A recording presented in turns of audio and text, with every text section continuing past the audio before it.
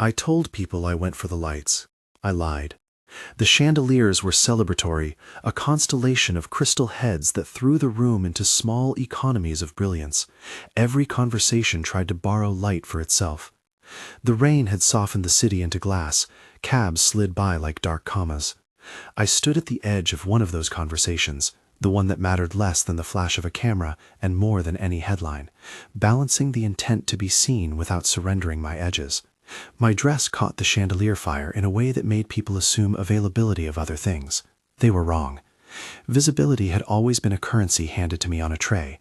I had learned to take only the coin I chose and hide the rest in pockets no one knew to check. He came up beside me like a practiced interruption. Dante Moretti does not herald himself with a herald. He arrives like a solution already in motion. He wore charcoal, the sort of suit that rejects ornament, and a face weathered enough to be read for purpose. He had that hollowed-in look of someone who once spent nights watching doors until they meant nothing to him but the work. People called him a fixer, an imprecise word that fits him because it allows us to ignore the ledger of his past. He stood close, not uncomfortably, the way someone who has learned the geometry of proximity does. Just far enough to be useful, just near enough to press a palm to the small of your back if you need to be shifted. He spoke quietly. "A week's refuge," he said. "One key. Conditions you set. I handle everything else." He placed something on my palm, a brass key, heavy and honest, the kind of key that feels like a promise because it is physical and cannot lie by omission. It had no flourish, no engraving. You could imagine it unlocking a closet or a gate or an entire short-term inversion of the world. It did not glitter like a ring. It folded its weight into my hand and waited. I should have closed my fingers and walked away. I did not. There is a grammar to offers like that, an economy of hope exchanged for control. Refuge, he called it, as if refuge were a product you could price, as if it had an expiry stamped into it. I had a list of clauses in my head already. It is a dangerous thing to have a legal checklist as a reflexive response to personal invitations, but I do. Call it an inheritance of caution. I read him more than looked at him. I heard the phrases beneath his words. Watchful, prepared, transactional. I heard the absence of promises. 1 week, I repeated, weighing those days against the lights, the noise, the invitation to be normal for a moment. My rules, archivist on retainer, independent custody of any footage, no unilateral viewing. Dante's mouth tightened, a practical man recalibrating. "You want transparency," he said. "You want receipts. Fine. Harini, independent archivist. 2 physical copies. One with you, one with a third party. Ross will draw it. Revocable consent clause." He pronounced the names like a man irritated at redundancies but willing to comply for efficacy. The brass of the key warmed under his thumb as he slid it across my palm.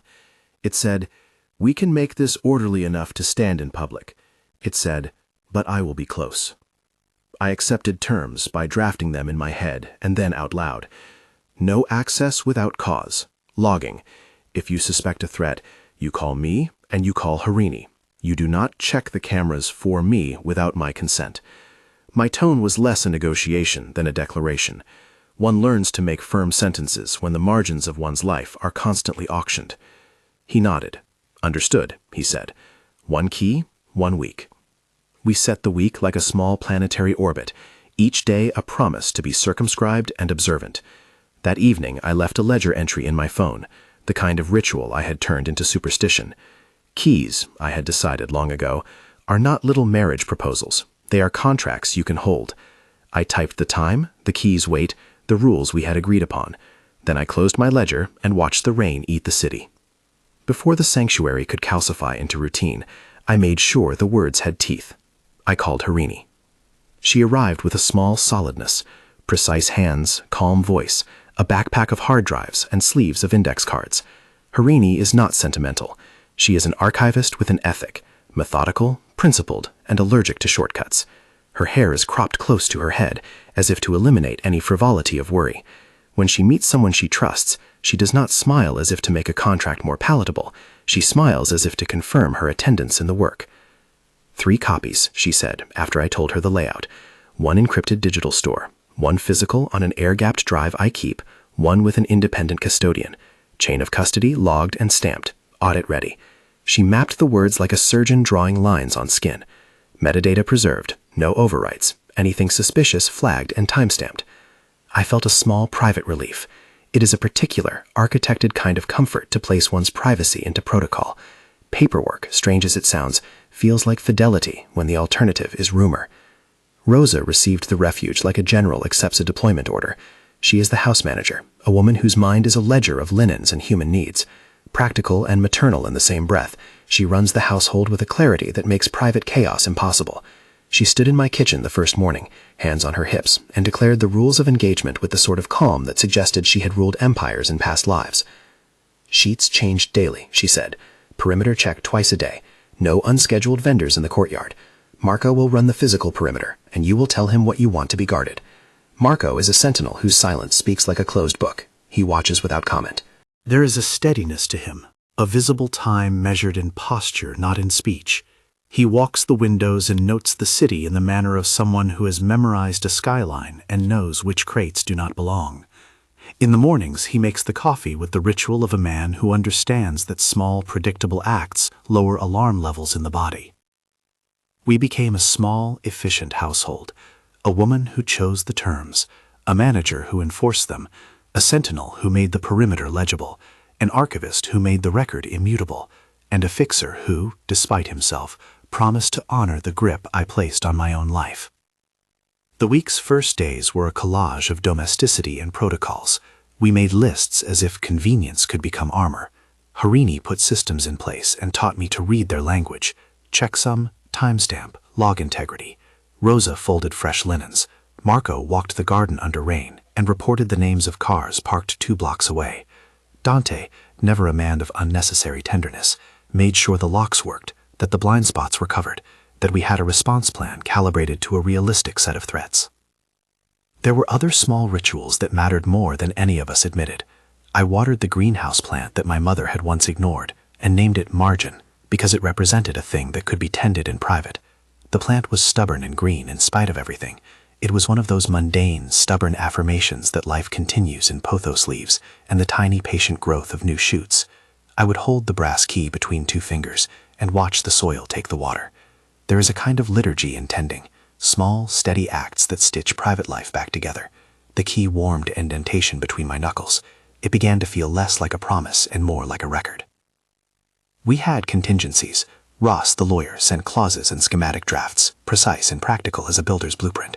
He spoke the language of subpoenas and standing orders in a way that made me understand the shape and slowness of the law. Ross is pragmatic and slightly exhausted by the theatrical claims of public life. He reminded me, gently, that paper cannot conjure compliance out of will. It can make demands enforceable and define a documentable wrong. But justice, whatever that is, moves through holes in committees and the polite violence of bureaucracy. "Subpoenas don't land like meteors," he said, the first evening of our arrangement, as if we needed the reminder. "They arrive like letters. They take time. They require proof that something is wrong enough to matter to a prosecutor. But paperwork matters. Chain of custody matters. The DA will listen if we give them something tightly bound and credible." I liked that Ross spoke as if time and patience were practical tools. It made me feel less like an object in a story, and more like someone capable of arranging the terms of her rescue. For 3 days, the sanctuary held with a quiet predictability that felt reckless because it was so close to ordinary life. I made coffee, changed sheets, signed logs, and refused to answer invitations that would bring the world closer. In public, I continued to be seen. In private, I practiced absence. The brass key rested in a dish by the greenhouse, an object of daily inventory. Then the click happened. I was in the kitchen, folding a towel with the kind of focus that makes the mind softer, when Harini's voice came through the intercom, controlled, a little sharp. She had been monitoring checksums, doing what she had done all week, respecting the sanctity of the record. "There's an access at 0213 this morning," she said, not in the log. The words unfolded like a measurement of distance. My hand stilled on the towel. "Who accessed?" "An authorized account," she said, "but not on the log with the timestamp you'd expect. The metadata shows a viewport initiated from Dante's assigned machine. Any argument is a set of steps. The first is disbelief, an intake that dresses the body in cold. The second is explanation. The third is moral accounting. My head cataloged the steps with that private procedural mind. Dante's machine, not logged. Viewport initiated. The click in my chest that had once been a small panic spread like wet ink. I called Dante and told him what Harini said. He came immediately. There is always a moment at the start of an accusation when you expect a man like him to vanish into denial. Instead, he arrived carrying the same economy of gestures, 2 hands, a blank look, a man who knows the arithmetic of threat assessment. He did not try to gaslight. He explained instead. "I watched the footage," he said. "I thought I saw a person outside the gate. I couldn't call you because your line was dead. I checked the feed to confirm and then logged out." He said it plainly, as if making an admission made it a less terrible act. He leaned forward in that particular posture of someone who accepts that their action will be judged and wants to make the ledger true. I should have called Harini, he added. I should have called you. He placed the admission like change on the table between us. Admitting the fault was not the same as repair. I remember the way the room turned small when he said that, like a lens closing down. You had no right to view it without my consent, I told him. We agreed on independent custody. You agreed to call. His defense was practical and infuriating in the same breath. I saw movement, he said again. I wasn't going to leave you alone if there was a threat. My job is to protect. Protection, in the shape of him, has always had ragged edges. I have known men whose care turned into claim because proximity drafted a binding contract no one signed. Protection is a language that can be used to justify control. Dante has spent his life translating danger into action. Sometimes those translations override other people's sovereignty. I had insisted on terms precisely to prevent exactly this kind of sculpture of care into possession. The fact that he had chosen to ignore them felt at that moment like the smallest betrayal. It is not safe to assume consent, Harini said. We made procedures. They exist because people will improvise. Improvisation hurts privacy. Rosa folded a dish towel with a precision that made the room less febrile. You had rules, she said. You knew them. Dante's face moved in a flicker between apology and justification. I didn't think, he began, and then stopped, as if the grammar failed him. He looked at me, and there was, briefly, a kind of pleading there. You weren't reachable. It would have been easy to make him a villain at that moment. It would be tidy to say that any breach of the rules reveals a man incapable of change. But the ledger of intimacy is never so simple. There was fact, and then there was motive. He had, I knew, done what he thought entrusted him to do. He had also, knowingly, crossed the line I had insisted upon drawing. The tension between those two facts felt like an ethical hinge. I need time to think, I said, and I need Harini to preserve the footage as is. Do not, for the love of whatever we value, attempt to edit or clean it up. He nodded. I understand. But understanding is different from restitution. Records do not repair the fact of having been seen without permission. There is a tenderness in acknowledging hurt, and there is a separate labor in rebuilding trust. I could not ask the law to make up for the small, intimate wrongs. The law could, at best, make the wrong visible in a way that others might find credible. It would be slow. It would be bureaucratic. It might never feel like reparation. I told Ross what had happened. His voice, when he explained potential next steps, had an encouraging blandness. We can preserve forensic logs. If there's an ongoing pattern, that's evidence. If you want to press for an inquiry, we have to document intent and the breach's scope. Can you subpoena logs? I asked, because I wanted the law to be a tool I could use, not a parable told to me in the abstract. He described the process, the DA's intake, the burden of proof, the need to show that this breach was not an isolated mistake. He was meticulous and blunt. You have to be prepared, he said. This opens the door to scrutiny. Your private records will be assessed. Your public life will be parsed for motive. I had not wanted to become the center of a parsing, but then when have I ever escaped scrutiny? The better question was whether I would allow the breach to become the only story. My life had been filtered for farce and scandal before. I had, up to that point, chosen to manage what could be managed and to refuse to feed the tabloids other truths. This felt different. Not because the violation itself was more dramatic than others. Privacy violations happen to people every day, but because this one had been committed by someone with a role of guardianship. Dante sat in the greenhouse with me that evening while I watered the plant called Margin. We did not speak at first. The air smelled like wet soil and the faint copper of the key in my pocket. I thought about consent as a continuous conversation, not a single sealed agreement. It must be mutable and enforceable, and most importantly, acknowledged every time proximity changed. He watched the plant, and then, without reaching for a flourish, he took from his jacket a small notebook. He flipped it open to a blank page, wrote with a careful hand, and pushed it toward me. "It will help you," he said, "for me to account. Daily logs, observations. If I do something you didn't authorize, I will write it here. I want you to have my record as much as I have yours." It was an attempt at an ethic of transparency, a private audit. It was also a way to render his actions legible in a way I could read. I accepted the notebook because sometimes contracts work when they are tendered in private rather than shouted in court. That night I slept poorly. The shelter felt fragile. Protection had shown a seam, and the seam had bled doubt. I woke to the city with a sense that the week's orbit had tilted. It was tempting, in moments like that, to withdraw entirely. But withdrawal is itself a decision with consequences. It allows others to convert the silence into consent. I did not want my silence to be read as acquiescence. 2 days later, an envelope arrived addressed to me with no return address. Inside was a single photograph, my car leaving the courtyard the night before the galleries opened. I recognized the angle. A hooded camera on a lamppost half a block off, the car's license plate partially legible. There was no name attached, only a shadowed face in the photograph.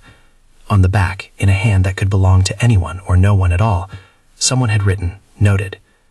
It was a small escalation. Prowling cars are not cinematic, they are administrative. They exist to produce documentation, to tell stories of presence. That photograph arrived like a footnote underscoring something that had always been true. Visibility careers have rooms with people who decide to make your life legible to them. Harini ran the photograph through the chain of custody checklist. Marco drove the perimeter routes and confirmed a car had idled 2 nights earlier across from our building. The tracks were thin but present. A prowling car, the device that had clicked the feed, a photograph left like a warning. "What do we do?" Rosa asked one evening as we stood in the kitchen with the city's rain sound on the windows. I had grown used to her practicality as a cushion against the small avalanches of my life. I thought of the ledger in my phone, of the brass key in the greenhouse, of Dante's notebook with its honest lines. We document, I said. We preserve, we prepare. There are moments when privacy is violated, and the only sane response is to make the record so clean you could hang it in a gallery. Not for spectacle, but so that when you hand it to someone trained in law or ethics, they will understand the shape of harm. Evidence is not the same as vindication, but it is a map. We began to gather what we could. Harini made duplicates and checksums, Ross drafted a statement of facts, Marco traced routes. Dante helped in the way he understood how to help. He drew lines between vendors. He used contacts to discover invoices that showed payments to reputation firms whose names prickled like burrs in my memory. I watched him do this with that functional intensity of his. He did not volunteer apologies. He offered labor. "I'll audit him," I heard him say at one point, meaning arrangements he had made in the past. "I'll look at ledgers. If anyone has nicked you for a fee, we'll trace it." "I don't want your chest beating," I said. "I want rules honored." The week of refuge did not hold the shape I had intended. It revealed fractures that were both private and public. A man who watches for threats can become a threat. Whoever placed that photograph at my door had found a seam between my life and the world beyond it, and inexplicably or intentionally decided to make use of that seam. The key in my pocket had become less a token of sanctuary and more a way to show that I had been present when someone invaded the terms we had set. When the question moved from private damage to possible criminality, Ross suggested we prepare for a DA intake. He described in that bland and reasonable way he had the pattern you need for prosecutors: repeated breaches, documentation of intent, vendor invoices, and a chain of connection between surveillance and the people who had been paid to do it. "Expect it to be slow," he said. "Expect it to involve demands you might not want to make public." He was right. The administrative machinery doesn't sprint. It strolls through rooms, then sits in chairs, then reschedules. Nothing about the law's tempo is designed for catharsis. It is designed for evidence. I found myself reflecting on an odd calendar of what people buy and what money cannot purchase. In private circles, people pay to smooth reputations, to hush stories, to launder attention. Money can purchase delay and suppression and skilled words. It cannot purchase the margin of your bed where you sleep and the permission to be left alone. That margin is softer than advice or contracts, and yet more precious. The brass key, in the end, became emblematic of the difference between what can be purchased and what cannot be. A key opens doors you agree to open. It cannot in itself make you invisible to those who trade in exposure. I made a decision then that felt more like a reorientation than a plan. I would not retreat. I would not make this a private, quiet shame. If people wanted spectacle, I would take a different currency from them. I would offer the slow and inconvenient punctuation of procedure. It was not bravery. It was tiredness with silence. It was the recognition that power converted silence into acquiescence, and that sometimes the only way to resist being owned by attention was to subject the attention to rules. I would gather the facts precisely, so the facts would be useful to someone beyond me. If the DA had jurisdiction, we would give them the paper. If the tabloids wanted to spin 1,000 versions of me, I would let them spin and keep pressing forward. When I told Dante I intended to involve Ross and possibly go to the DA, his expression hardened. Not the angry hardness of a man who denies, but the practical hardness of someone who had to rearrange alliances in his head. "If you do this," he said, "you know it will ripple. Vendors will be subpoenaed, people who worked with me might be dragged in." "And?" I asked. "And it will put me in a position of answering for things that were done for reasons I thought necessary," he said. The words carried the weight of a ledger with entries you were not proud to sign. I have had men tell me many things about what they thought necessary. I have had more than my share of people translate their good intentions into dominion. But this was different. Dante did not try to erase his choices. He prepared to account for them. "Prepare to be questioned," Ross said the next day, the lawyer in him preferring clarity. "If you call the DA, they'll want the whole network. They'll want invoices. They'll interview vendors. They'll ask about motivations." Rosa rolled her eyes in the way only a house manager can roll eyes, which is to say, without melodrama. "They'll find things," she said flatly. "People keep records. They keep receipts." "And they sell reputations for a fee," Harini added. "There is an economy." We were together an odd little committee of repair, a woman who had learned to guard herself, a fixer who both aided and endangered that guarding, a house manager who kept the domestic, an archivist who made immutable the record, a sentinel who walked the perimeter, and a lawyer who translated harm into procedure.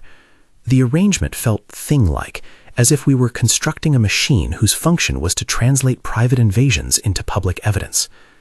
The photograph on my table, the unauthorized viewport, the click in the night, these were small events.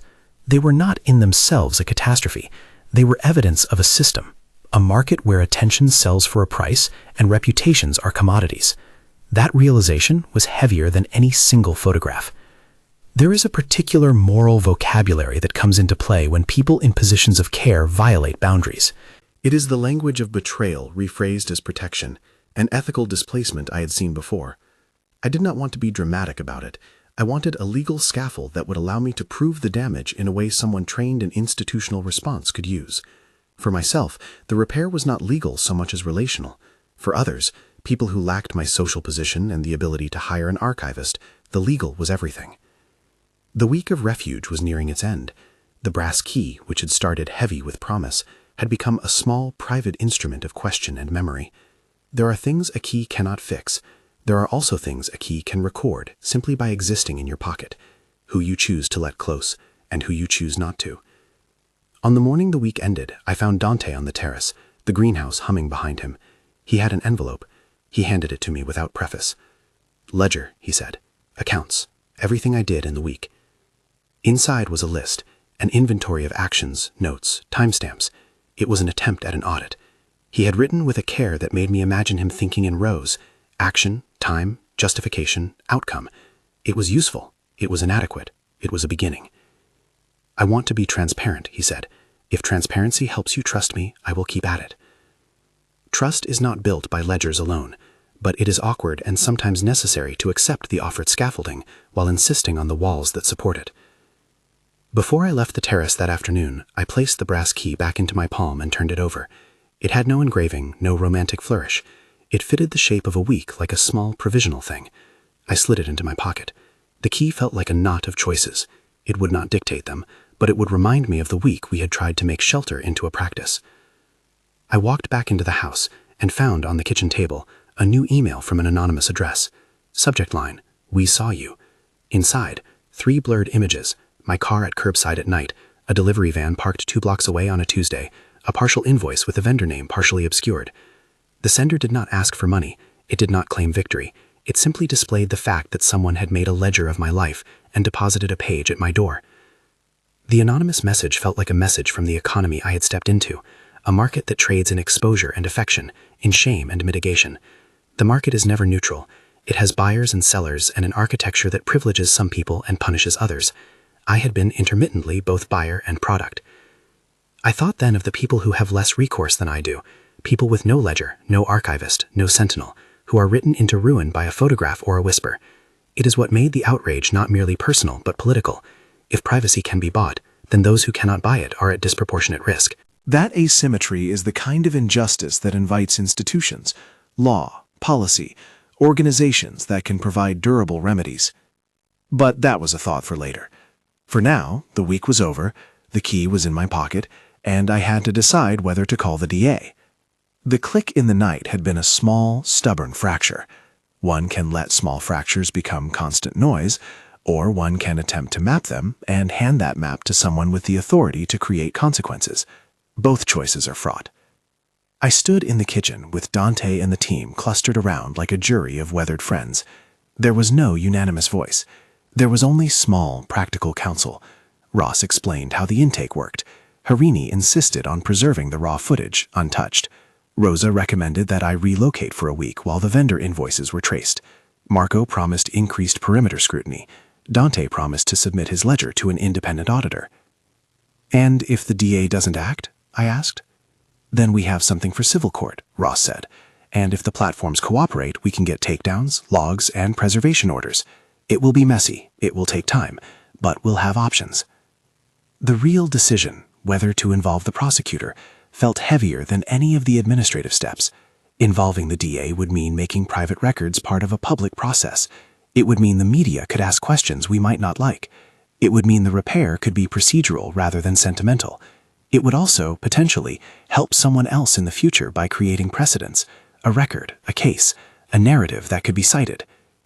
I thought of the plant in the greenhouse and the way new leaves had unfurled, steady and soft.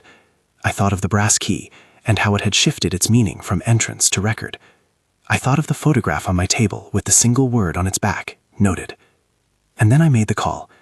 "Start the intake," I said to Ross. "Prepare a statement. Harini will hand over copies. Preserve everything."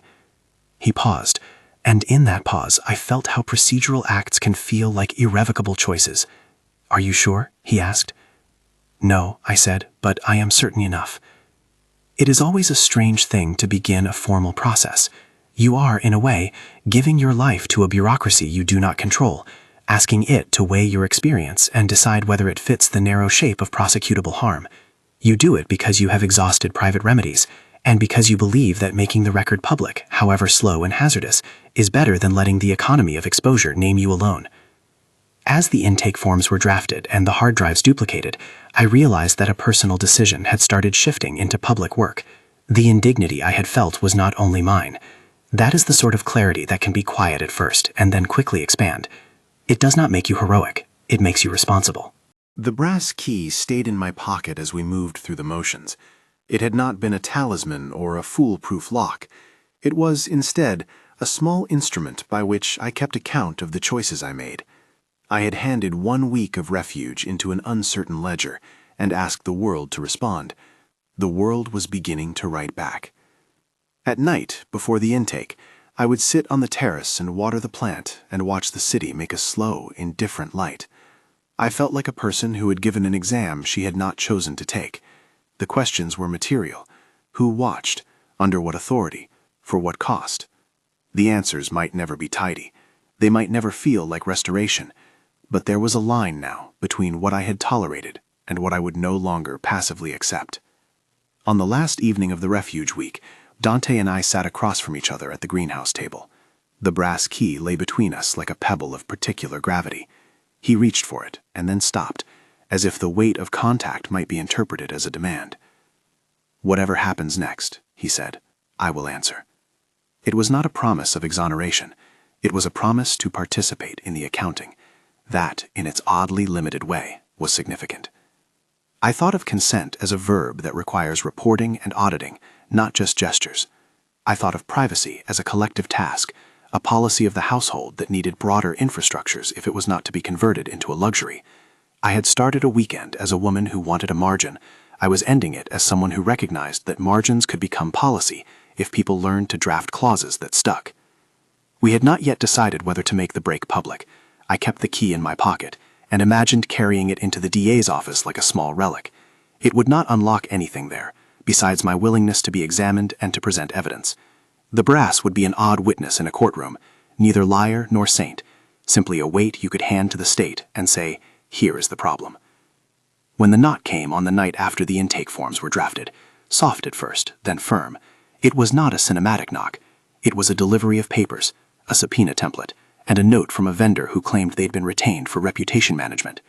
The small escalation came in the form of bureaucratic instruments, a letter, a phone call, an invoice with masked names. The world we were engaging with was neither glamour nor gore. It was ledger work. It was the slow arithmetic of accountability. I slid the brass key into my palm, closed my fingers, and watched the reflection of the greenhouse light on the metal. The key had begun as a neat symbol of temporary sanctuary. It was becoming, in my pocket and in the life it had entered, a test of whether we could convert private wrongs into durable repairs. I had no illusions. The DA might decide the act was insufficient.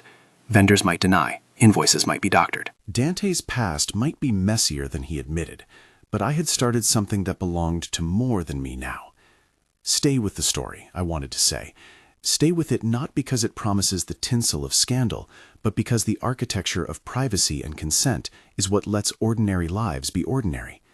If the law could be more like the greenhouse, patient, tending, steady, then perhaps harm would no longer be just a ledger entry, but a thing we could remediate in ways that outlast headlines. That night, before I tucked the ledger in my bag and prepared to hand over the hard drives, I took the brass key and looked at it again. It was small. It was undecorated. It had been offered in a moment of real-world calculation, shelter for a week in exchange for proximity and trust. I had accepted on terms I set. Those terms had been violated. I had asked the state to help me pursue the measure of the violation. The calculus was ugly and necessary. I left the key on the greenhouse table, where the plant named Margin could perhaps witness the fact that repair always begins at a small, domestic scale. Then I walked back inside, with Harini's drives humming in my bag and Ross's outline of a legal intake burning in my head. The city hummed outside like a beast that had learned to speak in pings. The week that had been refuge was over. The problem had grown teeth. We would now find out whether the law could take a bite. The DA's intake began like everything else in this affair, in small, bureaucratic increments that required more stamina than drama. They took our copies with a sterile courtesy, asked for originals, stamped them, and folded them into a set of forms that smelled faintly of cellulose and consequence. The deputy who met with us had a ledger of her own, quiet, patient, precise. She did not speak in certainties. She spoke in thresholds.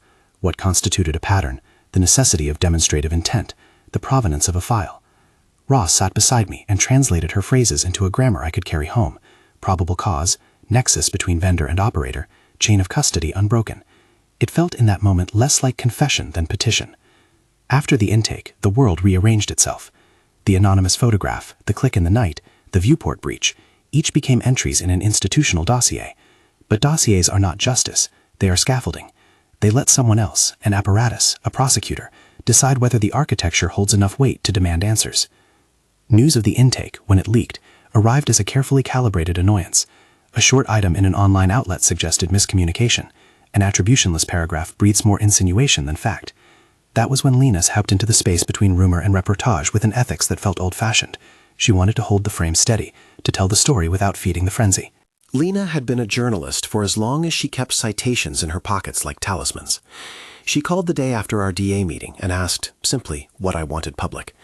"We can frame this as a story about procedure," she said, "about how privacy is policed, or not. We don't need to sell scandal to be useful."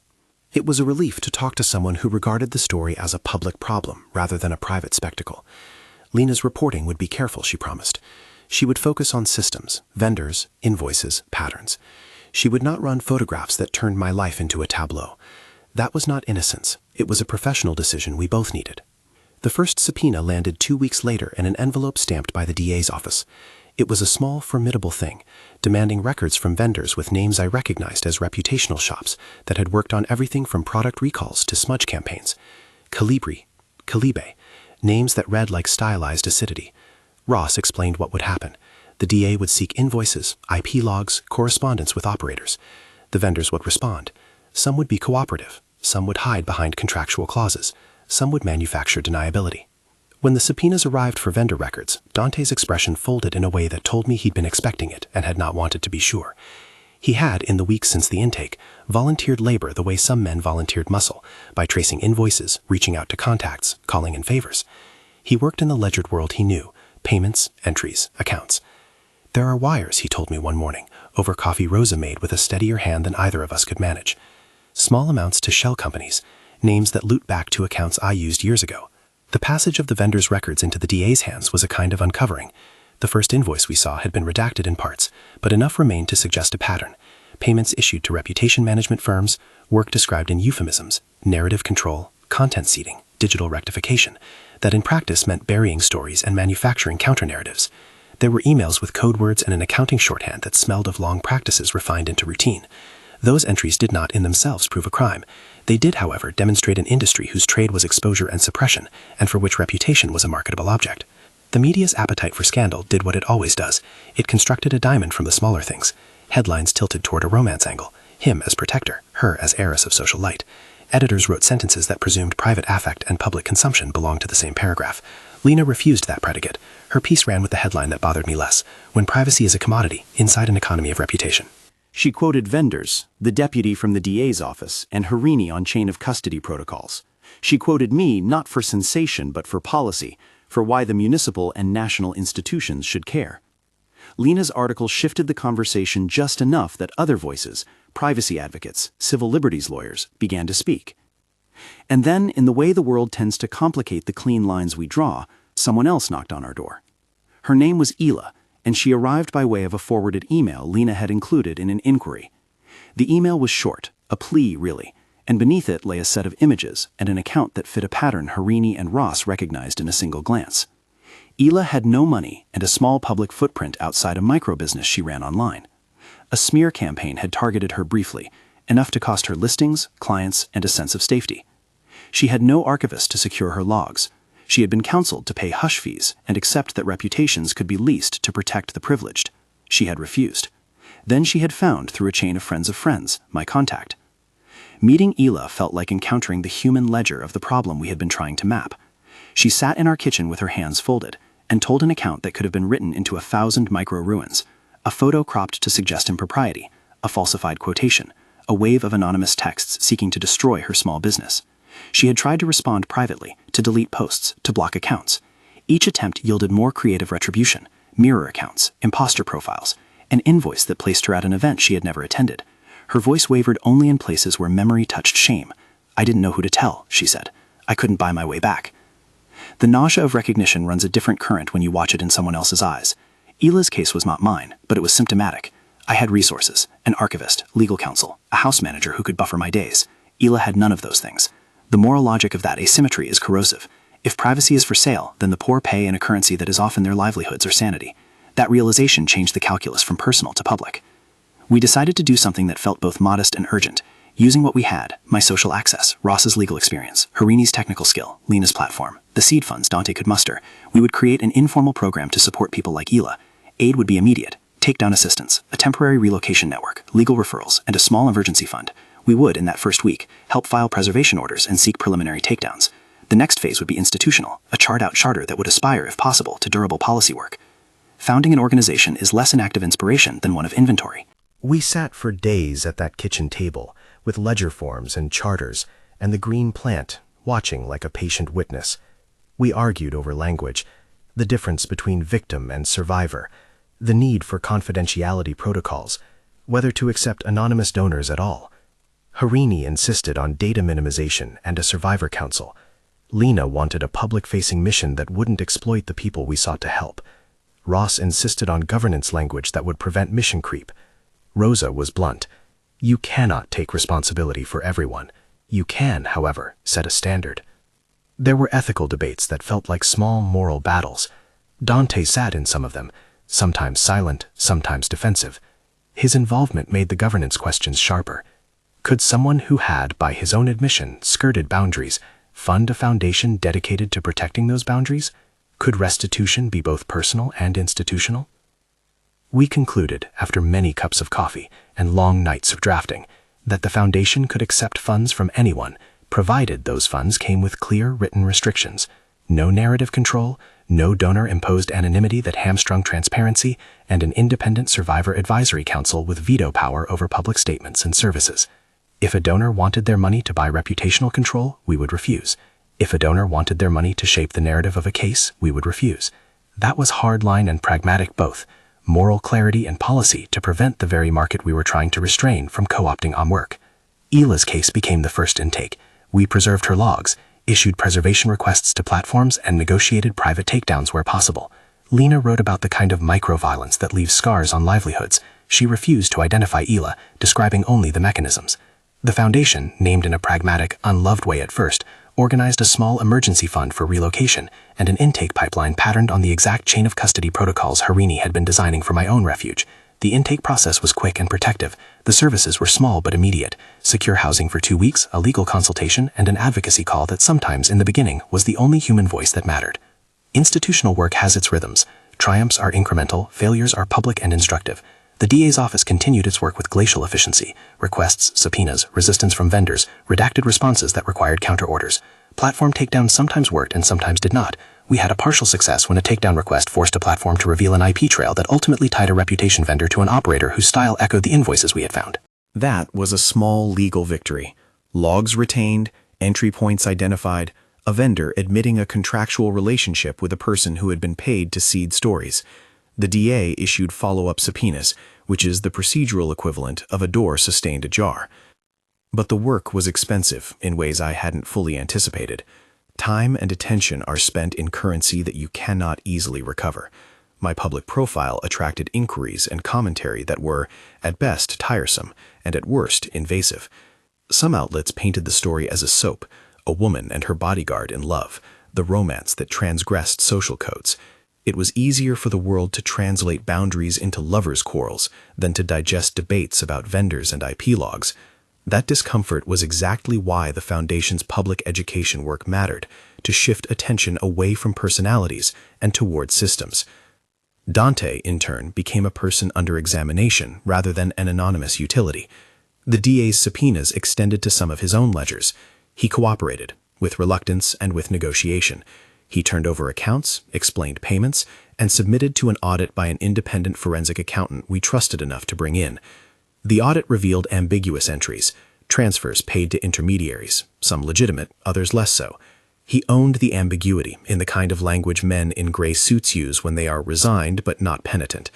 "I thought I was buying silence for protection," he said to the accountant. "Sometimes those lines blur." There were payments to third parties that his explanation could not fully account for. There were also payments made on behalf of clients that had nothing to do with my case. The prosecutor's office did not depend on my personal drama to make its case.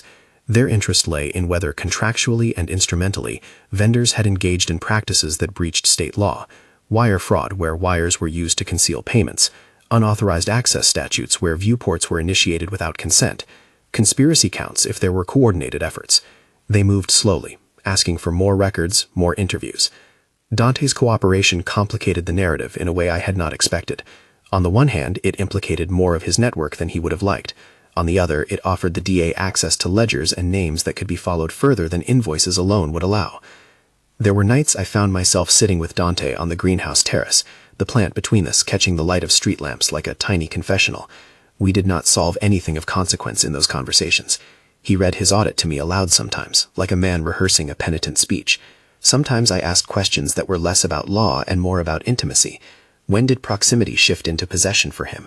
When did protecting someone become, in his logic, the right to see them without asking? He could not always answer. Some things in him were ledger and habit rather than a neat moral calculus. There were moments where he looked at his own hands as if surprised by their choices. He offered restitution in a language he understood best, assistance. He proposed funds from his own resources to underwrite the Foundation's immediate work, not as a purchase, but as a redirection of capital to repair harms he bore some responsibility for. We negotiated terms that would be transparent. The funds would be placed in a restricted account, donor identity disclosed to the board, and the Survivor Council would approve the use. He agreed also to an external monitor to audit his compliance with the boundaries we wrote into his oversight. This was both partial accountability and a pragmatic settlement. In another universe, one could demand moral clarity and legal certainty simultaneously. In this one, the scales were less categorical. I wanted him accountable in ways that mattered to those harmed, including Ila. I wanted him honest to his ledger. He wanted to be able to continue his work in a way that did not reproduce harm. The net of that negotiation never guaranteed moral redemption. It bought him oversight and subjected him to limits. That, in my view, was not nothing. Depositions were the dull, nerve-prickling center of the procedural arc. I sat in a room that smelled faintly of coffee and paper while a court reporter recorded each word in a cold font. The DA's deputy asked direct questions about the viewport, the photograph, and the chain of custody notes Harini had prepared. The cross-examination had the civilized cruelty of lawyers unraveling a narrative for the benefit of a record. "Did you give consent?" the deputy asked. "Was there an emergency? Describe the sequence of events." Answering these questions required a translation of interior truth into a legal grammar. It was strange to render pain as an alphabet of verifiable moments. My voice, practiced in public statements and private ledger entries, held. Ross coached me beforehand in the particularities. Stick to what you know, what you saw, what the logs show. Above all, do not let the line between victim and celebrity be conflated into a performance. The deposition record would be used not for spectacle, but for assessment. I felt the weight of that fact with the ache of someone who knew how slow and necessary legal apparatus can be. Meanwhile, the vendors did what vendors do in such cases. They pushed back. PR teams issued statements about best practices and compliance. IT teams argued that logs were ephemeral and that IP addresses could be spoofed. Some vendors produced invoices that looked different when produced in different contexts. The DA countered with follow-up subpoenas and requests for intrusion logs. The procedural dance continued, each step more administrative than cinematic. Amid this slow proceduralism, there were small public wins. One platform, after Lena's article and persistent advocacy from our foundation, instituted better preservation orders and provided access logs that had previously required court orders. Internally, they acknowledged that their initial policy frameworks had allowed bad actors to exploit takedown mechanisms. That platform's willingness to change policy and to share logs with prosecutors was not a full cure, but it was a structural improvement that increased the probability of accountability for others in the future. Harini and Ross wrote a memo to the DA outlining how platform cooperation could be standardized and proposed legislative language that would make preservation requests more straightforward for individuals with fewer resources. We used those parcel wins in outreach and in drafting the Foundation's first white paper. It read in plain language about the architecture of attention, how vendors operated, the limits of existing law, and the kinds of institutional remedies that could be scaled. It proposed a modest pilot program to fund emergency preservation, to provide pro bono legal help, and to lobby for preservation orders that platforms could accept without full subpoena processes in clear cases of reputational targeting. We circulated the white paper quietly among allies, academics, civil liberties groups, a few responsible tech journalists, and then publicly with Lena's reporting tied to it. The paper drew a mix of praise and predictable pushback. Critics accused us of alarmism, while many survivors found in its pages words for the harms they'd experienced. Ila's case resolved in practical terms, with a takedown and an apology issued by a small network of accounts whose operators were traced and confronted. The apology was not perfect. Some of the accounts remained anonymous, and the damage to her online reputation took longer to rebuild than we initially hoped, but the outcome was not negligible. She returned to her work after a break, and months later sent an image of a new listing that showed a spike in traffic. She wrote in a short message that she felt safer, and that the Foundation's intervention had mattered. That small human victory anchored our public case. The institutional work could, sometimes, translate into concrete aid. As the DA's inquiry deepened, investigators found records that implicated some vendors in a practice of narrative seeding, the deliberate placement of content with networks of accounts intended to smother or displace other narratives. The vendors argued that such work was legitimate reputation management. The DA argued that, when tied to fraudulent invoices and false identities, it could cross into other realms. The public record grew longer with depositions and motions. The vendors' networks were farther reaching than any of us initially suspected. Each new link suggested an industry scale that complicates the moral ledger. Dante's audit came back with mixed findings. There were indeed payments he had authorized that were uncleared in their purpose. There were also payments from clients he had thought were strictly for security that, in practice, had been used by vendors for more creative interventions. He did not hide from that fact. He volunteered to set up an external oversight mechanism for the Foundation, a third-party audit that would ensure the funds he provided would be used only for victim support, not for narrative control. He also submitted to a personal restriction: no unilateral access to archived footage. Any request would have to pass through Harini and the Survivor Advisory Council when it pertained to Foundation cases. He accepted the idea of a limited, monitored relationship with me. No overnight stays without prior consent, written logs, an external monitor for our interactions if either of us requested it. The conditions were not romantic. They were instead a set of constraints that recognized asymmetry. We did not expect absolution. We expected accountability. The difference matters in the language of public repair. He funded a limited restitution pool that helped pay down legal fees for 3 people the Foundation aided in its first year. Restitution does not erase harm. It is, at best, a practical attempt to diminish immediate suffering and to model structures for future cases. The procedural climax, such as it was, unfolded not as a single scene, but as a sequence of legal movements. Indictments considered and, in some cases, dropped due to evidentiary insufficiency. Civil suits filed that forced discovery and made more records public. A vendor pleading to a misdemeanor count related to falsified billing. These were not sweeping moral victories. They were, in many ways, the literal, messy arithmetic of accountability. A vendor agreed to settle with several clients and to submit to industry oversight. A platform expanded its preservation protocols. The DA's office issued a report that recommended statutory changes. Each was a modest structural correction. The moral calculus of this slow proceduralism left a residue. The public had attention, and attention had a cost. Some of the tabloids continued to insinuate unhelpful narratives about romance, about dangerous proximity. They wrote speculative pieces about whether my acceptance of a week's refuge had been the first domino. They glossed over the ledger of invoices and legal findings because scandal sells easier. Lena continued to push against that arc in careful pieces that illustrated the systemic nature of the problem without making me its centerpiece. The foundation, for its part, found a rhythm. We took in small donations from named individuals who understood the tight governance terms. We refused funds that came with requests to manage narratives. We hired a small staff, an intake coordinator who specialized in digital harms, a legal fellow to help with preservation orders, a case manager to arrange relocations. We built a survivor advisory council that met monthly and had the power to veto public statements, an unglamorous but crucial safeguard. Rosa, who had never wanted to be a public figure, became the foundation's operations director. She kept our lists and our housing networks and exuded the domestic competence that made policy feel reachable. We learned quickly to be modest in our aims. We could not fix the attention economy. We could, however, build tools that stretched tenderness across a wider circle. We could create a sanctuary logic beyond one brass key.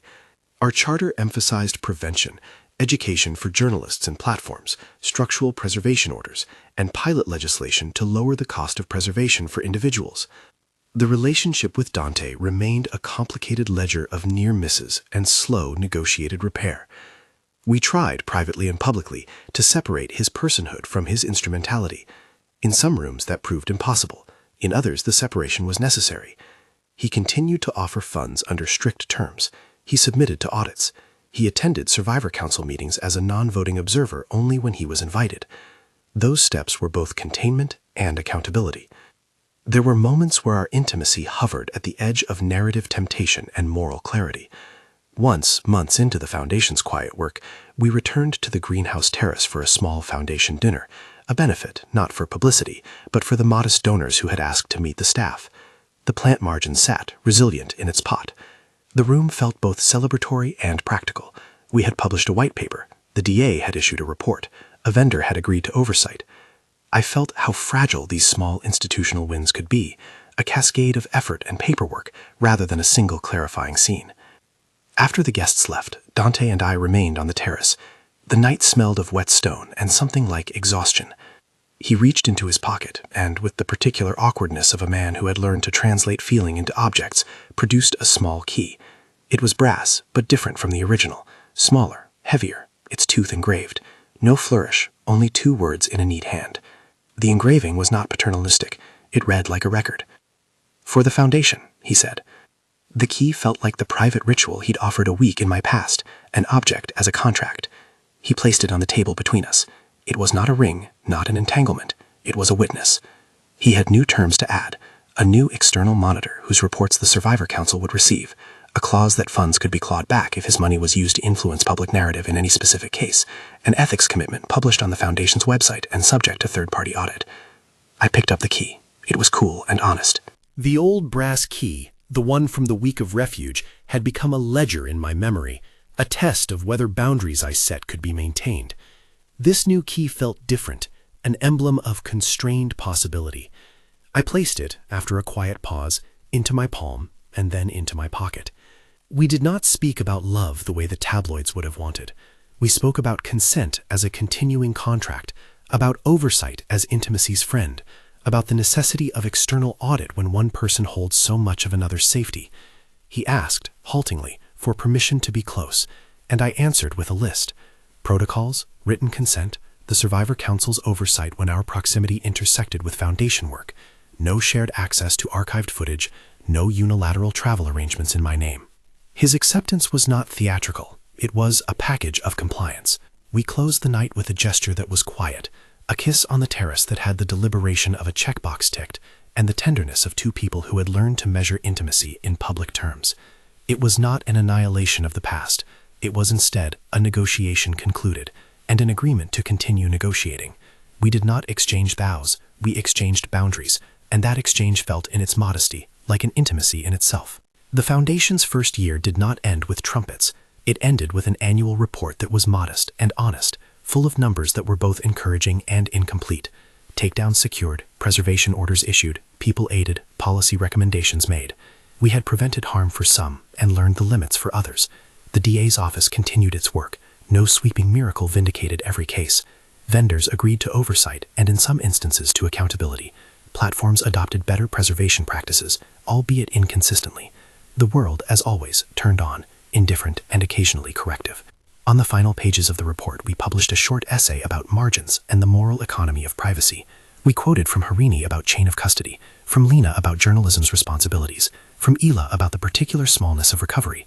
We described the Foundation's governance, the Survivor Council's veto power, and the donor constraints that prevented narrative capture. There was no triumphant language, only a steady inventory of work done and tasks still to accomplish. Someone asked me in a public Q&A that Lena moderated whether I had regretted accepting the brass key that week. It was a fair, blunt question. I paused. No, I said at last. I do not regret taking shelter. I regret that taking shelter revealed how costly privacy is to those who cannot buy it. But that week provided a ledger. It forced me to make choices and to use my resources for something beyond my single margin. And so the story closed on a pragmatic note, not full of catharsis, but not empty either. The key, first the refuge key, later the engraved key he offered, remained in my pocket as a reminder that objects can be contracts and that contracts need enforcement. The greenhouse remained a place of small tending, marginal leaves, slow growth. The Foundation continued to take in cases like Ila's. We hired more counsel, we lobbied for statutory changes, and published the results of our pilot programs. Our work was by design incremental, because institutions are incremental by nature. We wanted to build durable protections, not momentary headlines. There are truths I had to accept as the ledger thickened. No single case would fix the entire economy of attention. No single relationship could model accountability for an entire industry. But institutions could be built to make private wrongs visible and to provide tools for repair beyond spectacle. Consent, we learned, thrives when it is auditable and when it sits next to resources that make it enforceable. Dante and I continued to negotiate what our proximity meant. We signed off on oversight agreements. We agreed to transparency and financial support, and to the Foundation's right to refuse funds if they came with narrative strings. We accepted that some people would never trust him again, and that some days our shared history would be a cautionary tale rather than a romantic arc.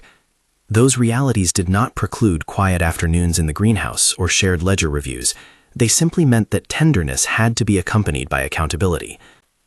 On an ordinary morning a year later, I found myself holding both keys at once.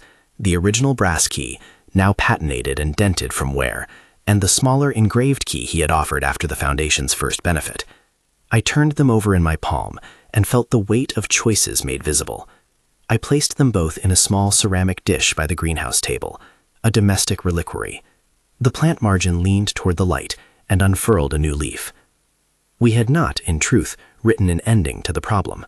There are always more vendors, more platforms, more people whose lives can be made legible without their consent.